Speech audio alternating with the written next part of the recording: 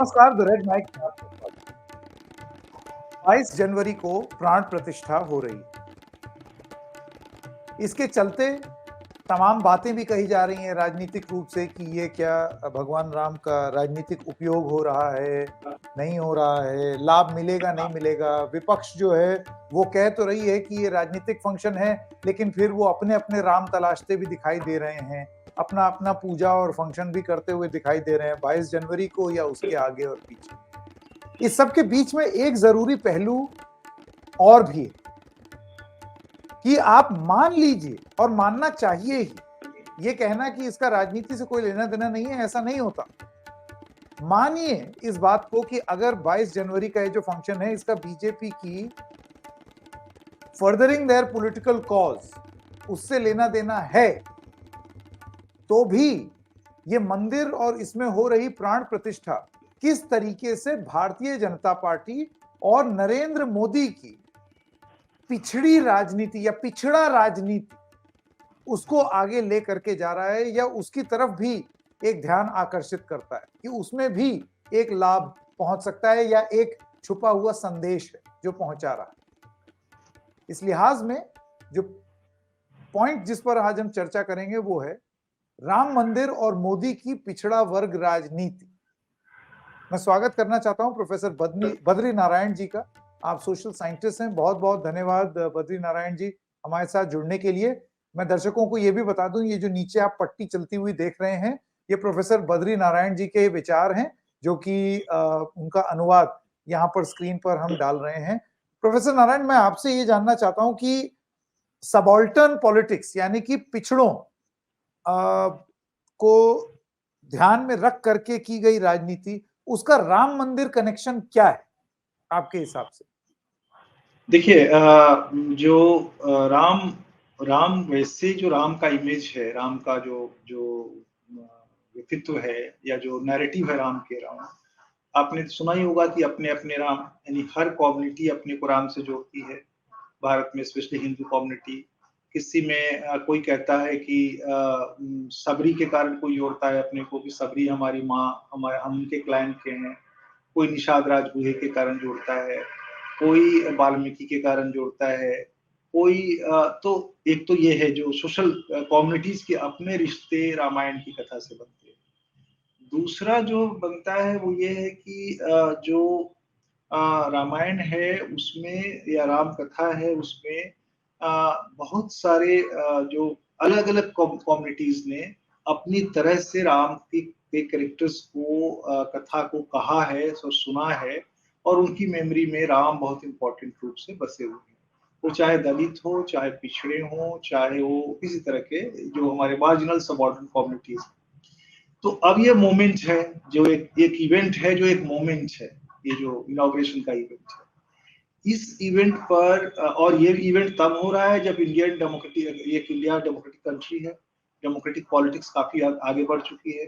अनेक जातियों समुदायों में सर्शन आ चुका है। वो अपना एक डिग्निटी चाहते हैं और डिग्निटी का देने का अब तक जो तरीका रहा है उसमें सिर्फ सोशियो इकोनॉमिक आपने क्या किया कि भाई आपने उनको रिजर्वेशन दे दी, आपने उनको प्लान्स दे दिए, प्रोग्राम्स दे दिए, योजनाएं दे दी। नौ लेकिन एक और रास्ता है और वो रास्ता है डिग्निटी थ्रू रिलीजियस स्पेस का देना। तभी अम्बेडकर ने कालाराम मंदिर में, जहां भी मोदी जी गए थे, मंदिर प्रवेश के लिए आंदोलन किया था कि मंदिर, क्योंकि वो हम प्राय समझते नहीं है कि मार्जिनल कम्युनिटीज में मन में एक बड़ी चाह होती है कि उनको धार्मिक रिलीजियस स्फीयर में उनको एक डिग्निफाइड जगह मिले। तो इस बात को बीजेपी समझती है, इस बात को नरेंद्र मोदी समझते हैं, इसलिए उन्होंने पूरी इस इवेंट को जिस तरह से वो रिमेम्बर कर रहे हैं और प्लान कर रहे हैं, वो एक इंक्लूसिव सर्वसमावेशी बनाने की कोशिश है।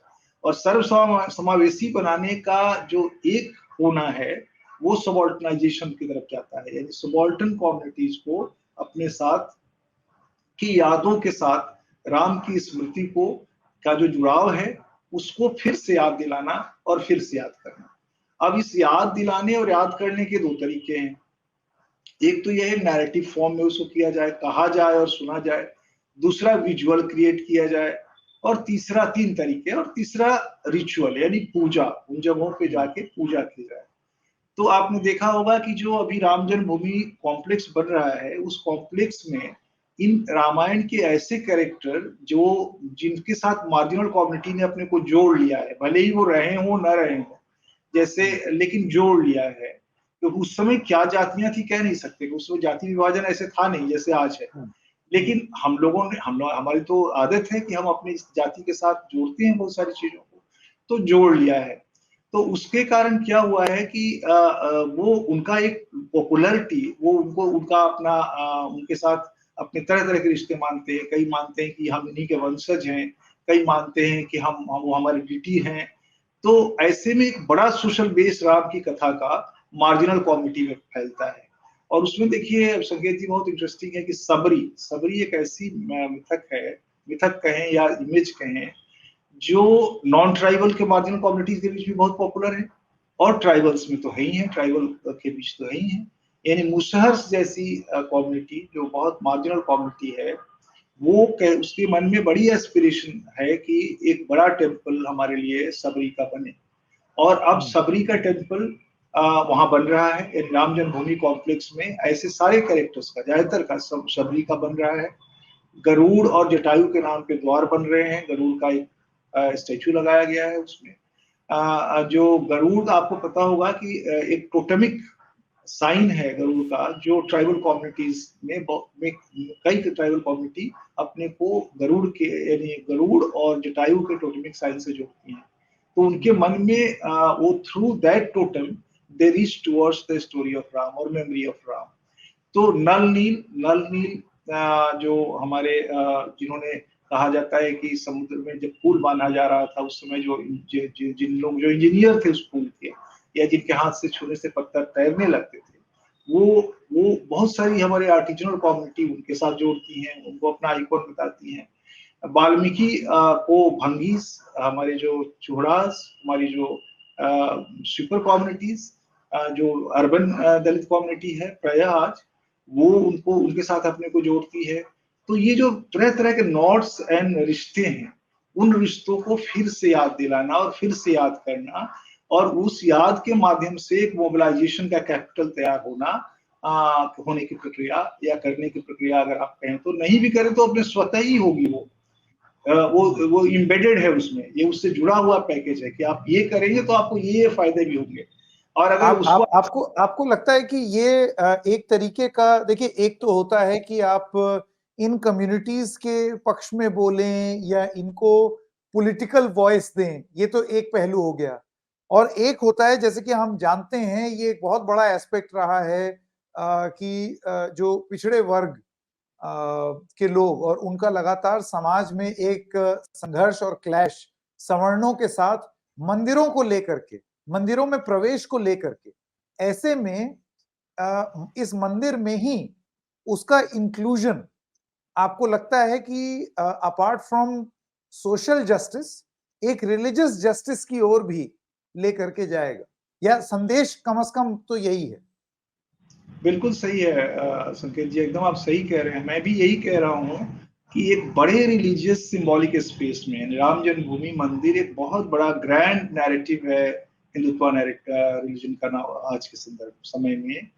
वहां पर इनको इस तरह से स्पेस देना या स्थापित करना, जो 3 प्रवेश द्वार वहां बन रहे हैं, वो एक गरुड़ के नाम पे है, एक जटायु के नाम पे, एक हनुमान के नाम पे है, 3 प्रवेश द्वार। वो इस तरह से स्पेस देना इस बात का सूचक है कि इससे एक रिलीजियस डिग्निटी, एक रिलीजियस न्याय जिसको कह सकते हैं, न्याय शायद इसके लिए बड़ा भारी शब्द है, क्योंकि इसको ये कह सकते हैं कि रिलीजियस हिस्सेदारी भी कह सकते हैं, और इंक्लूजन कह सकते हैं, रिलीजियस जस्टिस कह सकते हैं। हम उसमें एक रिलीजियस जस्टिस है ये, और ये सोशल जस्टिस से जुड़ा हुआ हिस्सा है।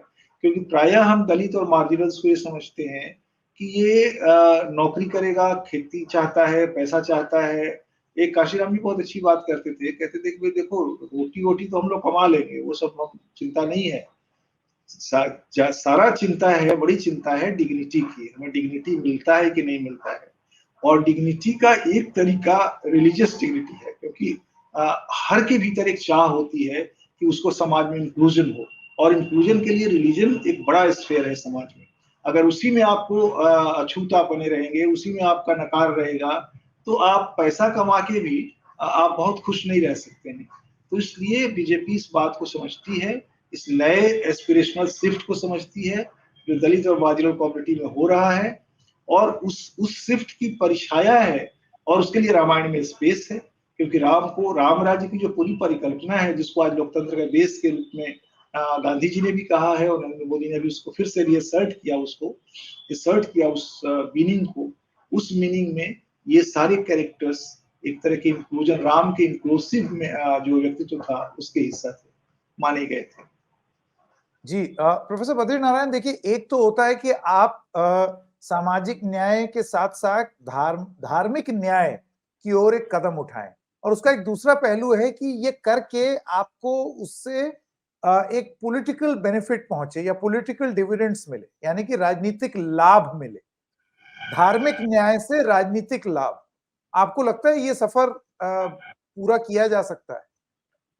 बिल्कुल संकेत जी, ये उसमें इम्बेडेड है। जब आप किसी को जस्टिस देंगे तो वो आपको रिटर्न करेगा। और रिटर्न कैसे करेगा? डेमोक्रेसी में वोट के थ्रू करेगा। डेमोक्रेसी में रिटर्न का एक ही रास्ता है, वोट और सपोर्ट। वो वोट और सपोर्ट के रूप में करेगा, तो उसका फायदा इससे ये एक तरह से इम्बेडेड है इसमें। इसलिए मैं अभी कल किसी डिबेट में था तो मैं ये बात कह नहीं पाया, मैं कहना चाह रहा था कोई बात कि नहीं, देखिए, यहाँ कह दीजिए। हाँ यहाँ कह दे रहा हूँ हाँ। कि देखिए, ये माना जाता है, प्रायः हमारे एनालिस्ट इस बात में बड़े और जर्नलिस्ट इसी बात में लगे हैं कि अगले 2024 का चुनाव राम जन्मभूमि के कैपिटल पर होगा, यानी बीजेपी उसी कैपिटल पर लड़ेगी। देखिए, मेरा मानना है कि वो तो कैपिटल उसको मिल ही गया, वो उसका टेकन फॉर ग्रांटेड है, वो मिलना ही है। वो अगर कहेगी हम नहीं लेंगे तब भी वो मिलेगा उसको। लेकिन अगला जो 2024 के चुनाव में मोदी और बीजेपी की पॉलिटिक्स का जो सेंट्रल कोर नैरेटिव होगा, वो होगा बेनिफिशियरी के अराउंड। जो ये संकल्प विकसित भारत यात्रा, विकसित भारत संकल्प यात्रा, गांव-गांव में गाड़ी जो जा रही है विकसित भारत की, जो एक तरह से स्कीम्स, योजनाएं 10-9 साल में जो कामों की जो है, प्रधानमंत्री जहां भी जा रहे हैं आज भी वो बेनिफिशियरी से मिल रहे हैं। इवन अयोध्या में गए तो बेनिफिशियरी के घर पे गए। वो ये साबित करता है कि, और मोदी का तरीका भी आप जानते हैं कि हमारे सारे लोग राम जन्मभूमि पे लड़ते रहेंगे, आलोचना प्रत्यालोचना करते रहेंगे, विपक्ष उस आधार पे वहां पर शिव मंदिर में बैठे रहेंगे या न्याय यात्रा करते रहेंगे। उस बीच में वो कोई एक नई पॉलिटिकल स्ट्रेटजी लेके आ जाते हैं, और मुझे लगता है कि उसका बीज ये विकसित जो बेनिफिशियरीज के अराउंड मैं ऐसा देख रहा हूँ। आपके चैनल पे बात में कह रहा हूँ, अगर 2024 के चुनाव में ये इश्यू इम्पोर्टेंट ढंग से उभरती है तो आप मुझे उस समय फिर हम लोग बात कर सकते हैं। मुझे लगता है उभरेगी। सेकेंड, यानी राम जन्मभूमि तो रहेगा ही, it's one of the core narrative, but central narrative would be beneficiary. जी बिल्कुल। एक सवाल मैं आपसे और पूछना चाहता था प्रोफेसर बद्री नारायण, ये आप ही के थॉट से जुड़ा हुआ एक सवाल। आप कहते हैं कि सामाजिक न्याय के साथ साथ अगर धार्मिक स्थलों में जो पिछड़ी जातियां हैं उनको न्याय मिलता दिखे, तब उसके राजनीतिक लाभ पहुंचने की एक बात सामने आती है। इसी से जुड़ा हुआ मेरा सवाल यह है, अभी आपने शंकराचार्यों का बयान सुना होगा जिसमें वो कह रहे हैं कि शास्त्रार्थ का पालन नहीं हुआ है, ये अर्ध निर्मित मंदिर है, और इसके साथ साथ एक इशारा इस बात को भी की तरफ भी किया गया, इसमें एक ब्राह्मणिकल सुप्रीमेसी के बारे में भी बात निकल करके आई कि ये मुख्य जजमान जो हैं वो ब्राह्मण ही होने चाहिए या ब्राह्मण के हाथ से होना चाहिए। ये सब बातें पब्लिक स्फीयर में हैं। आपको लगता है कि इस चीज को भी राजनीतिक रूप से प्रस्तुत किया जा सकता है कि भाई हम ये ब्राह्मणिकल सुप्रीमेसी जो है शंकराचार्यों की या और जो कमेंटेटर्स हैं उनकी, उसको भी चैलेंज कर रहे हैं? देखिए, आपकी क्या राय? ये तो पार्ट की बात है, और मुझे लगता है एक पार्ट ये है जो आप कर रहे हैं। लेकिन आपको पता है कि बीजेपी और नरेंद्र मोदी खुद भी कॉन्टेस्ट की पॉलिटिक्स नहीं करते रिलीजन के भीतर, और वो एक कहते हैं ना, आदर के साथ डिफर भी करते हैं तो आदर के साथ करते हैं। तो हो सकता है ये एक, चूंकि डेमोक्रेसी में रिलीजन के मीनिंग भी बदल जाते हैं, वो एक टेक्सचुअल मीनिंग नहीं रह जाते हैं। शंकराचार्य वगैरह एक रिलीजियस लीडर्स हैं, रिलीजियस वो हैं, और वो एक टेक्सचुअल ढंग से एक रिलीजन की जो बहुत ऐसी परिभाषा जो जो बहुत नैरो भी हो जाती है एक तरह से, वो बड़ा डिफाइंड है, उससे आगे नहीं बढ़ सकते हैं और आप उससे पीछे नहीं जा सकते हैं, इस तरह की स्थिति हो जाती है, बड़ा ही फिक्स। लेकिन जब जब कोई पॉलिटिकल एजेंसी या कोई सोशल एजेंसी, यानी सोशल रिफॉर्म मूवमेंट को देखिए, जब उन्होंने सती प्रथा के खिलाफ वो किया, या अनटचेबिलिटी के खिलाफ गांधी ने, यानी गांधी का जो पूरा पॉलिटिकल रिलीजन को डील करने का तरीका था वो एकदम डिफरेंट था, वो पुरोहितों से, वो शंकराचार्यों से, वो पंडितों से भिन्न था, और आर्य समाज उस समय इमर्ज करता है। तो ये एक तरह से सोशल रिफॉर्म का प्रोसेस भी चल रहा है, और इसमें पॉलिटिक्स की बड़ी भूमिका है। डेमोक्रेसी खुद ही बहुत सी चीजों को बदल देती है, तो ये एक नया ट्रांसफॉर्मेशन के रूप में भी इसको देखा जा सकता है। और क्योंकि यजमान ब्राह्मण हो, अगर ये आर्गुमेंट है, तो मुझे तो नहीं लगता कि ये चल पाएगा बहुत दिन तक, क्योंकि समाज बदल रहा है, समाज में क्लीम बदल रहे हैं, रिलीजियस जस्टिस की बात आ रही है, तो उसमें क्यों नहीं हम जजमान बन सकते, जब हम अछूत नहीं हैं, हम भी वही हैं जो आप हैं, एक ही मांस और एक गुद्दा, जो हमारे रविदास कहते हैं, अगर हम हैं तो why not me, why only ब्राह्मण कास्ट ओनली। तो ये मुझे लगता है कि ये आर्गुमेंट शंकराचार्य वगैरह का बहुत दिन तक सस्टेन नहीं करने वाला है, क्योंकि रिलीजन एक पॉलिटिकल स्फीयर में आज है, रिलीजन एक डेमोक्रेटिक स्फीयर में है, रादर डेमोक्रेटिक सोशल स्फीयर में है। तो वो आज से 2000 साल पहले जो उसके टेक्सचुअल डिफिनीशंस थे, या कैनन थे, या इथिक्स बनाए गए थे, वही रहे, ये संभव नहीं है, उसमें परिवर्तन आ सकता है और आएगा। प्रोफेसर बद्री नारायण, आपसे हर बार बात करके कुछ नया सीखने को मिलता है, और इस बार भी मिला। मुझे बहुत अच्छा लगता है, बहुत जी, अच्छा लगता है आपसे बात करके। जी, प्रोफेसर बद्री नारायण, समय देने के लिए बहुत बहुत धन्यवाद। Thank you so thank much. You.